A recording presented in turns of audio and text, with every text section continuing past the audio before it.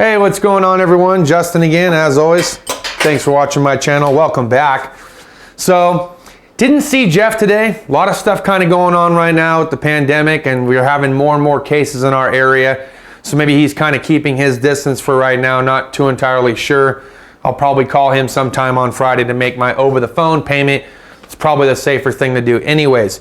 But that doesn't mean that I'm gonna leave you guys without a Cool Tool Tuesday. I've comprised some of my more favorite items that I saw on my Amazon affiliate page for you guys, and I'm gonna put them down in the description for you. Now, some of these have anywhere from 10% up to 40% off, like this one, like this Gearwrench adjustable height mobile work table. Looks real close to the monster one that I have, but cooler graphics and design. I think even has a rubber handle. This thing's going for $105 right now, and it's 39% off. The coupon code is in the link down in the description if you're looking to get one of these things. I thought that was a great deal. There's some other ones that's like 10%, some other ones that's like 18 or closer to 20, and then there's probably a couple in there that absolutely do not have any kind of a coupon code at all. So I apologize for those, but hopefully they'll come up on a better deal here going into the next year, am I right? So let's go ahead and list a few of these off. Some of them might seem a little bit more basic, but if you're still trying to compile your basic list, you're gonna love some of these things. For those of you that are not trying to compile your basic list, there's some pretty cool items in here that I think you're gonna enjoy too. Starting off with the Gearwrench full zip heated hoodie. Man, this thing looks awesome, and I don't see Gearwrench putting any kind of M12 battery in the back or anything like that. I am curious to know if it's like micro USB chargeable, but it has the heated pads right up here on your core, which is the most important area for you to keep warm, especially during the winter months. So I might actually consider buying this and having it shipped to the house because it's getting too cold for me. Some of you have asked me, yeah, but bro, how cold could it possibly get for you in the desert? Surprisingly pretty dang cold, okay? I've done some field training exercises where it's gotten down to about 14 degrees and I'm bivouacking it and sleet and snow right in the ground. Yeah, it can get pretty cold from down here. Believe me, we have our little areas in the desert too that get just as cold, okay? But temperatures as of right now are about 38 degrees in the morning, and then they get up to about 48 in the afternoon and then cool back off to like the low 30s at night. So far our chickens seem to be doing all right, but they're all feathered out. Hopefully they keep on keeping on throughout the winter. Next thing, gonna be the Gearwrench 243 piece mechanic set that I currently own and operate out of every single day. Now I haven't seen any premature wearing. I haven't seen any chipping of the chrome like I had on some of the Icon stuff, which we've made mention of previous videos of some of the chrome peel and some of the internal wear. They all still work, the fitment's fine. But overall, I have an unbiased opinion against either product. I'm just sharing with you my experience, and that I've had this set now probably a little bit longer than I ran the Icons, but we ran the Icons for probably the betterment of about 6 months or so, if I'm not mistaken, and we gave some pretty solid first impressions and then kind of caught you up to speed as the months went.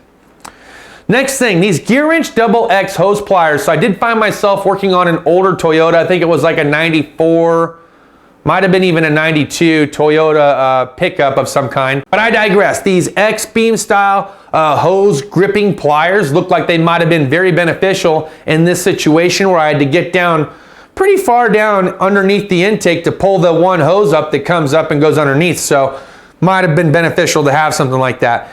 The Gearwrench 14-piece 3/8 drive 6-point mid-length socket set. So I have the 1/4-inch version. I've had such good experience with the 1/4-inch that I think I might actually jump on over and grab up the 3/8 drive. Kind of a fun little thing for the shop. How about a Jobsite radio? So Gearwrench has this little Jobsite radio. Jeff doesn't seem to have any complaints as far as the Gearwrench Jobsite Bluetooth radio, and he said it's pretty close in comparison to some of the other ones that he sells, like Monster, like the Mountain version and things like that. So I think you can kind of expect similar results, similar volume, things like that. The Gearwrench 12-piece punch and chisel set. So if you're looking to replace your punch and chisel set that you had, maybe you started off with that green one from Harbor Freight, now you want to work your way over into Gearwrench, think this is going to be a great upgrade for you. In the mid-range, of course, but I think it's a great upgrade. Now I have some snap-on ones. I did start off with that Pittsburgh green set that I was just telling you guys about, and then I went to the snap-on, and then I went to my Cobalt. Now granted, I haven't put the Cobalt through as rigorous of beatings as I have the snap-on set, but the Snap-on set, the skinnier ones tend to tweak pretty easily. I got to get a couple of them warrantied out. I may decide to take this Cobalt set to work and just trade the sets out and bring the Snap-on ones home, since I want to see how these Cobalt ones hold up. But my Cobalt guys out there could tell me. Okay, Gearwrench 3-piece tongue and groove plier set. So I've had some guys comment, like Power Stroke Jude, about the monster ones. I think I'm going to give those to him next time I see him. That those look just like the Knipex version, and they're also made in Germany, and he'd like to add that set to his tools. I was like, fine, I'll give it to you. One of the sets that I'm eyeballing here is a 3-piece set made by Gearwrench that look very, very similar to those of Knipex or the monster ones. So they look really close, and I think I might actually give that set a try. Okay, the Gearwrench 4-piece door panel removal set. I knew a few guys over at the dealership when I was there that had this set. They loved it, and very, very strong and duty panel poppers. So if you're afraid that you're going to tweak it, don't be. They're heavier duty than the Cornwall ones, I can tell you that. The Cornwall one that I had, for some reason, I was prying a little bit too hard on the panel, broke one of the teeth off. Now I'm waiting for a Cornwall rep to come back into play. Then I'll get it warrantied out. Okay, the Gearwrench ultra thin flex head work light. You can never have enough work lights. I've had some comments down below that stated in previous videos, you can never have enough light. I completely agree. I've got so many different variations of lights at work. If there's any way to make a dark spot light up like the day and make your job easier and for you to see, yeah, why not? So something like this, I'm gonna give it a thumbs up for sure. Okay, don't forget about that adjustable mobile workbench. We talked about that, 39% off on that. The Gearwrench 20-piece Phillips slotted and Torx screwdriver set. So you're getting everything, right? You're getting the screwdrivers and you're getting the Torx drivers all in one set, to include the little stubbies, and I think precision screwdrivers too. I really couldn't think of a better set, to be honest, as far as what it covers and it being a good mid-range product tool. Okay, Gearwrench non-flexible SAE and metric ratchet wrench sets. These things are absolutely amazing, okay? I've had mine for over 10 years, which I've stated in past videos, and I've been half tempted to buy the flex head ones too. Shane has the XP, the double box end XPs. Those things are great. I have so many different variations of wrenches and ratchet wrenches at this point. They really make it easier on your wallet than they did for me in the beginning, because in the beginning, we didn't have as many ratchet wrench options or elbow style options of ratcheting or flexing, or the line wrenches that flex. We didn't have all these options. You guys are so lucky right now that there are so many options out there for you, because my dudes, let me tell you, and dudettes, let me tell you, I spent some pretty buku dollars over the last 10 years on different wrenches just to have the right wrench for the right job that fit the right exact fastener at the right time. Because like I said, each company is going to fit a little bit differently, right? Depending on if it's a brand new bolt, or if it's a rusted bolt, or if it's a greasy, grimy bolt, or if it's slightly rounded. You know, you have extraction wrenches and things like that. So you're going to have wrenches and wrenches and wrenches. Shoot, I think I almost need another box just to have multiple drawers for wrenches alone, you know? But I'm just all joking aside. Look, I'm serious. You guys have so many more options now when it comes to wrenches that I just never had. So those of you that are just starting out and building your wrench sets, be looking at certain ones like the XP double box end, where it's fixed on one end and it has a slight raised portion, and then it has a flexible ratcheting portion at the other end, or a ratcheting portion. Maybe you want non-ratcheting. Maybe you want something that's gonna get into tighter, weird spots, like some angled style wrenches. All these links I'm going to put down below for you guys. Again, look, it's anywhere between 10 and 40% off on most of the products that I'm throwing down there for you. And there's going to be a few others in there that don't have any coupon codes attached. But I wanted to try to save you guys some money on Cool Tool Tuesday since we didn't see Jeff. All right, so now on to tonight's discussion topic. What makes mid-range tools so invaluable? For me, it was having a better quality product than the cheapest of the cheap. But it was also to have the quality and the value long-term like the expensive stuff would give me, right? Now, there are going to be certain expensive tool brands like Mac, Matco, Cornwell, Snap-on. These tools in various situations are going to be worth their weight in gold. Thus the whole little saying, buy once, cry once. I don't believe that saying applies to each and every single tool ever sold or developed, because let's face it, there are just so many rebranded products that these companies distribute. Matco being a prime example. I cannot tell you guys how many times I've heard you guys in the description saying Matco does not make any of their products. Well, maybe their toolboxes. Snap-on, I know for sure, has rebranded products. Same as Matco, same as Mac, same as any one of these tool trucks that do come by your shop that sell you on the same exact product for a much higher cost, with the exception of the payment plan.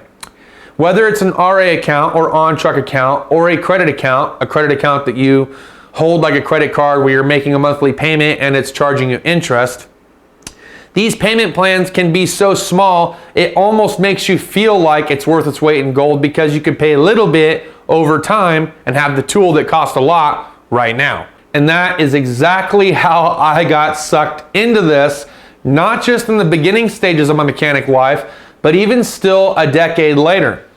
The Snap-on Zeus would be a prime example of me getting sucked into a product that I knew that I wanted, that I could not necessarily afford right out the get-go. I was prepared to pay for the Triton, but I was prepared to pay for the Zeus over time. And it had certain features and qualities that I preferred over the Triton. So I decided to go with the Zeus. Now, I don't utilize the Zeus each and every single day like most technicians would that work at a dealership or that have fallen under some kind of mentorship. Mentorship has kind of gone by the wayside, so I found myself purchasing a product of the highest quality that I possibly could afford under a payment structure. And I got pulled back into it. But I'm under the assumption that when I actually do grow and progress in this automotive field, then maybe one day when I own my own shop, I have made the biggest purchase and I just bought once and cried once, right? I think it's a lot more valuable to have the best scan tool that you could possibly afford, even if it's on a payment plan, over say like a toolbox. A toolbox is really just what it is. It's tool storage. Yes, there's things like security. Yes, there's things like drawer height, width, depth that you can consider. There's cost. There's a lot of things that go into it, but put it this way. For me, I would much rather have a scan tool that costs $15,000 to $16,000 than spend $15,000 or $16,000 on something that literally just holds tools. Now, years ago, when I had picked up my first Snap-on toolbox, that was the one thing that I wanted. I didn't have a need for a scan tool because I just wasn't doing anything and I didn't know what my position was going to be at the dealership. So the first thing that every new tech was getting were new boxes. Get the box first, right? So you can secure all of your prized possessions. Well, then that left it to where I had to start looking for alternative tools to put within this box. So I had this big fancy box, cheap tools. Because I came from a community college where I started off with a cheap box and cheap tools, got to the dealer, bought an expensive box, and still had my cheap tools in it. Found out that a long time ago that those cheap tools weren't really working out. Started to buy some high-end stuff that I really couldn't afford and just kept putting it on the account. And then over time realized that was a big mistake. So I've been slowly working myself away from that. I actually only have two accounts. I have one with Snap-on, one with Matco. And with Snap-on, the only thing that I have on my Snap-on credit account is the Snap-on scan tool. So I see what you guys are saying. I've talked to various people that are struggling and striving. They're like, look, I can't afford to go buy a lot of these products in bulk because I don't have the money, and I can't afford for that tool to fail because I do it for a living and because I need the tool to hold up so I can make my money, so I can pay for my family, etc., etc. I understand all that. I also understand that it's going to knock a big chunk of your income away from the table. So that's why I think that mid-range tools are very, very important in this situation, because you're still getting a great product. And do your research, okay? Figure out who rebrands what product specifically. Go on to Amazon, do your due diligence, go through the products. Hey, look, if you think that is side-by-side comparison, that looks exactly the same thing as Lang or OTC or Liesel, as I put it, or Lyle, okay? You know which rebranded products are what. And then there's some that you might not know, which is where channels like myself, Clay, and a handful of others kind of come into play, because now you actually get to see who actually rebranded it and side-by-side comparing other products that actually did make it and the big cost difference. That rethread kit would be a prime example. That rethread kit, I think I paid probably 4 times the amount that it sold for on Amazon, made by Lang, I believe. Again, I'll put the link down below, but the end state is this: I could have saved 3 times the amount had I just bought it and had it shipped. Now that thing is held up over the years. That's a mid-range product that had a high-end sticker. You see what I'm saying? So don't always look at the high stuff and say, well, I need to get this high-end thing because I'm going to end up using it and abusing it and I want to get warrantied out and stuff like that. Yeah, there's still warranty procedures that you have to go through. Might be a little bit more of a lengthier process than waiting 1 week for the tool truck to show up. But even then, if he doesn't have it on the tool truck, you show it to him that it's damaged, and it might take him, well, nowadays, 2 to 3 weeks to get it back, or in Tommy's case, 6 weeks. So not everything is fast as heck. Used to be 1 week turnaround, right? They get it, they send it in, a week later, they saw you again, they would drop it off. It is not like that anymore. This pandemic, this thing that we're going through, has made shipping delays anywhere between 3 to 6 weeks. If that's the case, you might as well do your own shipping and warranty at home, because I'll probably get it faster than you would if you gave it to the truck guy, am I right? So look, I'm just trying to save you guys a little bit of money by sharing my experience. I hope you enjoyed today's content. If you did, smash a thumbs up. If you didn't, smash a thumbs down. Share if you want to share. Share with me your thoughts and opinions about what you would consider a mid-range tool product and which ones you've had the best success for. For me, it's been Gearwrench. To be honest, since the very beginning, some 10 years back to present, I have had like hardly any of their tools ever let me down. I've had like 1 or 2 that might have broke, and it was from me using them probably in an inappropriate way. But outside of that, I haven't had any issues. And that's where I found the value in mid-range products. And that's why I'm always looking to save a little bit of money for the same exact product that I could have got from somewhere else that's going to cost me so much more, right? Save your money where you can. Now don't get me wrong, it's always nice to taste that little bit of caviar, am I right? It's nice to taste that caviar, that little snap-on something or other. I get it. I'm just barely dabbling into that little snap-on caviar, but not everything has to be Gucci. Not everything has to be champagne, am I right? Sometimes it's okay just to have a beer, maybe an IPA. Now you're in the mid-range. Cheers, thanks for watching. Deuces.